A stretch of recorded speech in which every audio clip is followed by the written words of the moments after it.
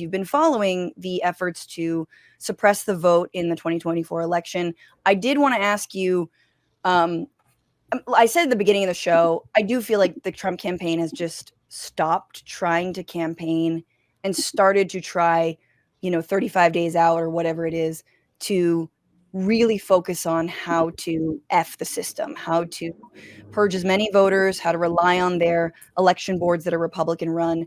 Just explain to us, why is 2024 different than 2020 when it comes to voting rights, access to the ballot, and whatnot? Yeah, well, I would argue that it started a lot earlier than 35 days before the election. You could argue the Republican Party has been doing this for a long time, and then Trump has kicked these efforts into overgear. But I think what's really different about 2024 is that we're talking about voter suppression on the front end, efforts to make it more difficult to vote, but we're also talking about voter suppression efforts on the back end, which is efforts to just try to undermine the counting of votes or throw out votes altogether. And that's really the legacy of what Trump tried to do in 2020. There had been efforts to make it harder to vote before that by other Republicans, right? But what Trump did is he added the Trump-like thing where everything has to be even worse and more catastrophic for democracy than it already was. And that was, let's just try to throw out the votes altogether. And then when they failed to do that, they thought, okay, how can we change the system so that it's easier for us to now do this ahead of time?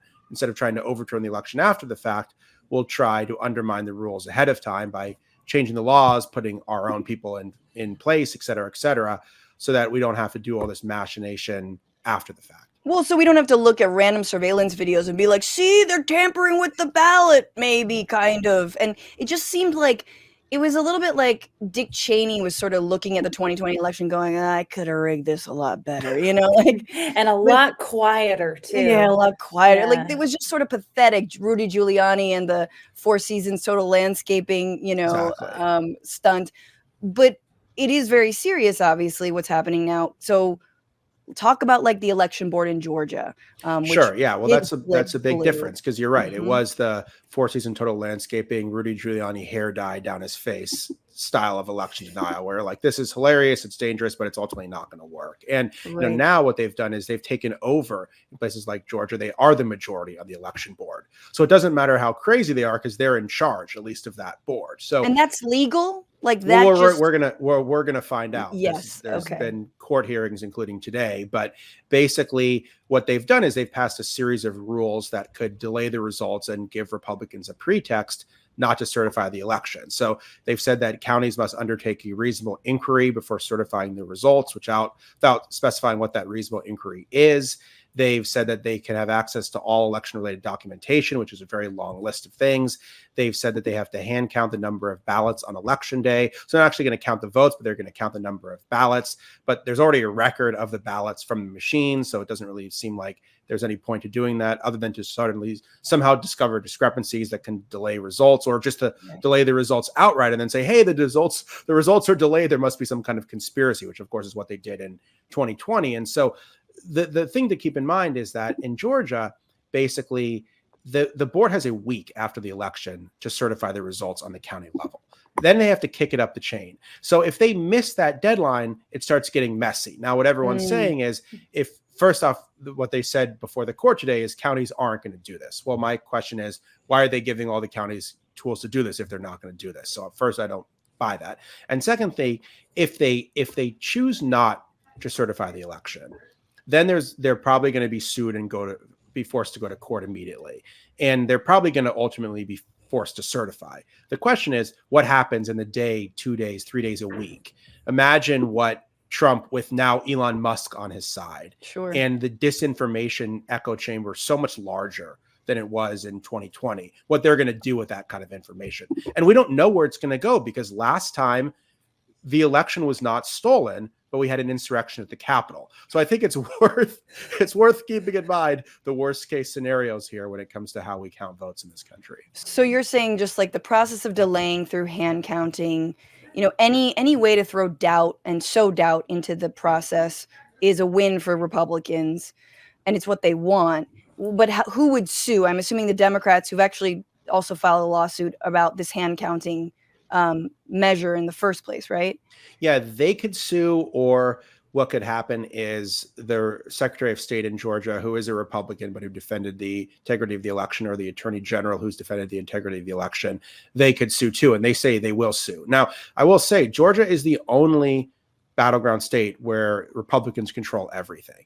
Okay. So like these Republicans, they did stand up to Trump. That said, like Brian Kemp, they've done a lot of bad things as well. I wouldn't He say loves to purge they are. voter rolls. I wouldn't say they're that's the his thing. great defenders of democracy. So I don't think they're immune from political pressure if Trump started leaning Sure. on them again. Mm. So it kind of is in the hands once again of the Republicans to save us from Republicans, and that's always a situation that makes me a little bit nervous.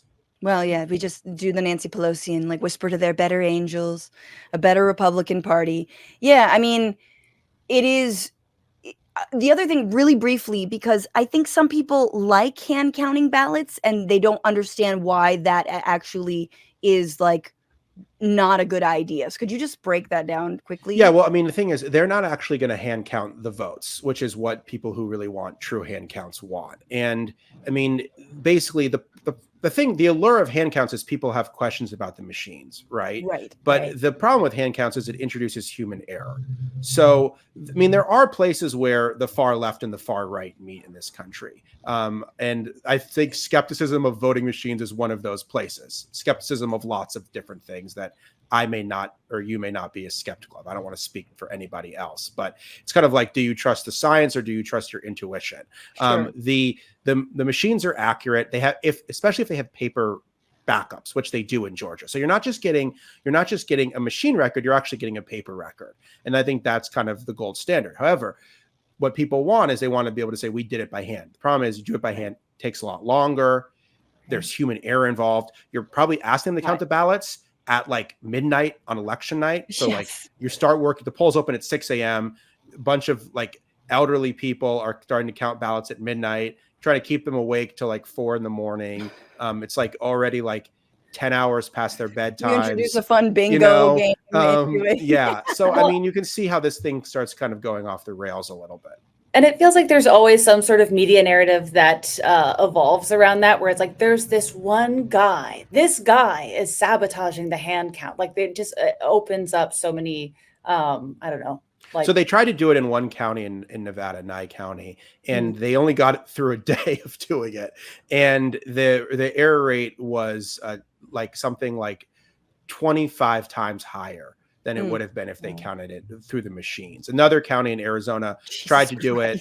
They were told they were unable to do it. They refused to certify the election anyway because the county said, we're sick of the little guys getting picked on, like somehow counting votes was inherently like a David versus Goliath struggle. And then they were indicted by the Attorney General. So I guess I am less concerned about the actual like dotting the I's kind of thing, because I do think that ultimately if counties refuse to certify, they are going to be forced to. But I'm extremely worried about the disinformation that could be spread in the period between refusing to certify and when they're forced to, and what could happen. I'm also concerned that people are saying this is the closest election ever.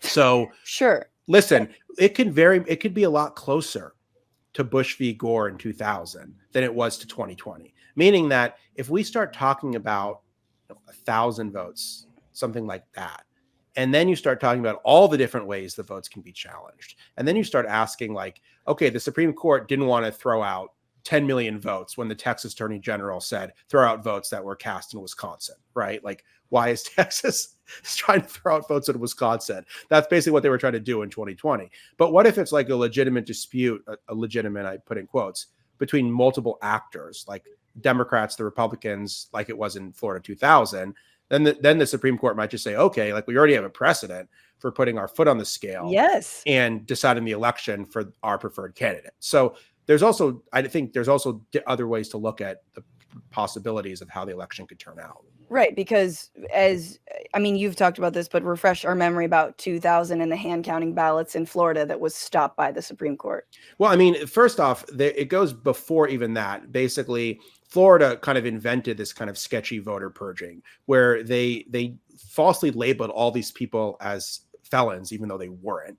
And then they were purged from the voting rolls and they were disproportionately Black and told they couldn't vote.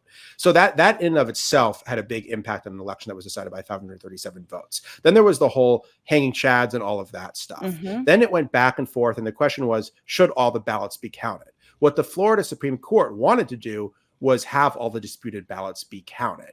What the Bush campaign is they didn't want to do that. And what the Supreme Court did is they shut down the counting of all the disputed ballots, which then handed the election to George W. Bush. So you could imagine some kind of scenario like that playing out, because they've already filed tons and tons of lawsuits already on lots of technicalities. So like, are ballots the outside of a ballot envelope dated in Pennsylvania, like things like that, like if the Republicans have, you're saying. Yeah, exactly. So like if the election is decided by 80,000 votes, it's not going to matter. But if the election is decided by 5,000, 3,000, 1,000 votes, these little things that nobody's thinking about can make a big difference. And so, and when the closer the election is and the fewer the states it comes down to, the easier it is to try to challenge the outcome and make it seem like a legitimate dispute as opposed to a totally manufactured one. Right. So tell me about, just quickly, because I want to talk about two other places, Nebraska and North Carolina, but what is the news out of Nebraska and the Electoral College electors? Can you explain? Well, that's better news in the sense that it didn't work, although it exposes like the fundamental insane way that we have presidential elections in this country, that one electoral vote in a state that nobody's going to otherwise campaign in is key to who becomes president. But basically, I mean, so Nebraska awards its electoral votes by congressional district. There's one district in Omaha that's bluer than the rest of the state. Joe Biden carried it in 2020. Republicans wanted to switch very last minute, right before the election, to a winner-take-all system. That one electoral vote is so important because if Kamala Harris wins Michigan, Pennsylvania, Wisconsin, the so-called blue wall, she only gets 269 electoral college votes because it changed after the 2020 census. It used to be 270, now it's 269. So that district in Omaha would put her over the top. So they wanted to change it. It makes perfect sense why they wanted to change it, because there's been a number of polls since then, and she's leading in that district. And there's also an abortion rights initiative on the ballot. So people, like if you're a blue person in red Nebraska, you're very excited about your vote counting. You're very excited about the ability to move your state in a more progressive direction. Sure. And so it's just crazy that, again, it was like 2020 all over again. They were leaning on one Democrat turned Republican state senator, who of course no one had ever heard of, who was like the key to whether or not we were going to have an election that could be decided, or it was going to be a tie. Because that's the other thing, at 269 is a tie, then it gets thrown to the House. Oh boy. Which hasn't happened since 1824. Wow. And under, this is going to make you feel even better about the American Constitution. Under this scenario, a majority of House delegations, not a majority of members, vote. Well, Republicans control a majority of House delegations because they've gerrymandered places like Wisconsin, Arizona, North Carolina, otherwise swing states. But also they also have all this representation in these small rural states like Wyoming. So they control a majority of House delegations, meaning that under this tie, you could have a situation where Trump doesn't win the popular vote. He doesn't win a majority in the Electoral College. The Republicans don't even control the House, because they don't even have to control the House. They just have to control a majority of state delegations, and they could install Trump as the winner. I think that scenario is much less likely now, but if they had done the Nebraska thing, it would have been very, very plausible. On this like 200-year-old like dormant solution. Yeah, it's just like another ticking time bomb in the system, that the way the will of the voters can be overturned. So like the Electoral College is bad enough that it's just so fundamentally undemocratic that you can lose the popular vote but win the Electoral College. 85% of Americans' votes don't matter. But even if you somehow end up in a tie in that situation in the 7 or 8 states that actually matter, 6 or 7 states this election, then you have this incredibly undemocratic situation in the House where there's really no built-in protections at all for a majority rule.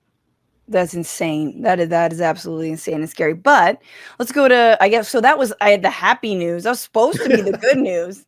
But no, let's talk about what's going on in North Carolina, which looks good for Kamala Harris, I guess, according to polling. But 700,000 voters were just purged from the rolls. Yeah, so these things are always a little bit hard to figure out because there are legitimate reasons to remove people from the rolls. Like Sure. they could have died or moved or anything like that. The thing that makes you nervous, though, is that they're doing it right before the election. So Georgia purged a lot of people from the roll. Like even if it's done properly, there's Right. always some errors with when there's that large of numbers. So Georgia removed all these people from the rolls. 40,000 of them re-registered after Kamala Harris started campaigning in the state. So maybe they were removed for good reasons. They hadn't voted in a few elections. You can be removed for not voting, which is also, I think, a little bit crazy. That's ridiculous. And then they got re-engaged. And so what if North Carolina, right, just removed all these voters? What if they get re-engaged, but the registration deadline's already passed? Or in the case of North Carolina, there's a massive storm and there's nowhere to register to vote in a bunch of counties. Which the other thing that happened in North Carolina is they delayed sending out mail ballots for 2 weeks because of Robert F. Kennedy, because he waited too long to take his name off the ballot. The state Supreme Court there, which is totally partisan, said that his name could be taken off the ballot. They had to redo all the ballots. So they were already late, but they're like, no, don't worry, it'll be fine. And now the post office doesn't work and election officials are underwater in all of Western North Carolina. So there's a lot of questions about how voting's, like literally how it's going to work in that state. Well, there are mules, Ari. I don't know if you know, there are mules delivering goods. So I think it'd be very fun to get your ballot via mule. That's ridiculous. I mean, and the other thing, and I don't know how much you think this matters broadly, but 2020 also saw just a massive expansion of voting rights because of the pandemic. Yeah. And how has that been shrunk? Like I know a little bit cursorily, but can you explain how that's changed? Well, I mean, one thing that pretty much every Republican controlled state did is they made it harder to vote by mail. So like take North Carolina, where this is going to be a very real issue. In North Carolina, as long as your ballot was postmarked by election day, it can arrive after election day because of the post office was delayed. They've changed that. Now your ballot has to arrive by election day.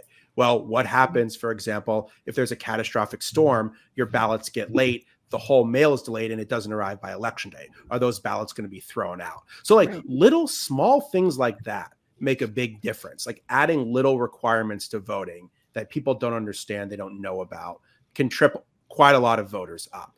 And so those kind of things have happened in a lot of places with regards to mail voting. I mean, but it's not exclusive to mail voting. They've also changed the rules about a lot of other stuff. They've made it easier to purge the voting rolls. They've cut back on early voting. They've closed polling places. They've increased what partisan poll watchers can do, all sorts of stuff. But that's one thing that is definitely going to be different about 2024 with regards to 2020 is the rules for mail voting are going to be stricter, which is why I'm telling people, if you're going to vote by mail, make sure that you understand the rules. Otherwise, vote in person and preferably early, because then if you have a problem with your ballot, you can always go back. It also puts less stress on election officials. But I think a lot more people are going to vote in person just in general in 2024. But also a lot of people aren't going to vote whatsoever at all, which is another problem in our system. Yeah. Well, Jamie, any final questions? Oh gosh, missed? I'm just taking in these new fresh hells I wasn't even aware of. So thank you for letting me know how many other ways we're fucked over in which I wasn't even aware of. The fact that there is, I feel like every election cycle I learn of a new way to sabotage an election in a way that predates indoor plumbing. So it's good to have learned this election's permutation of that. What's going on, Frantifa? If you haven't already, subscribe to this channel right now. Hit that button. And also, you can become a patron and support the show every single week. Get access to bonus episodes and exclusive merchandise. Patreon.com/Bitchuation Room. Do it.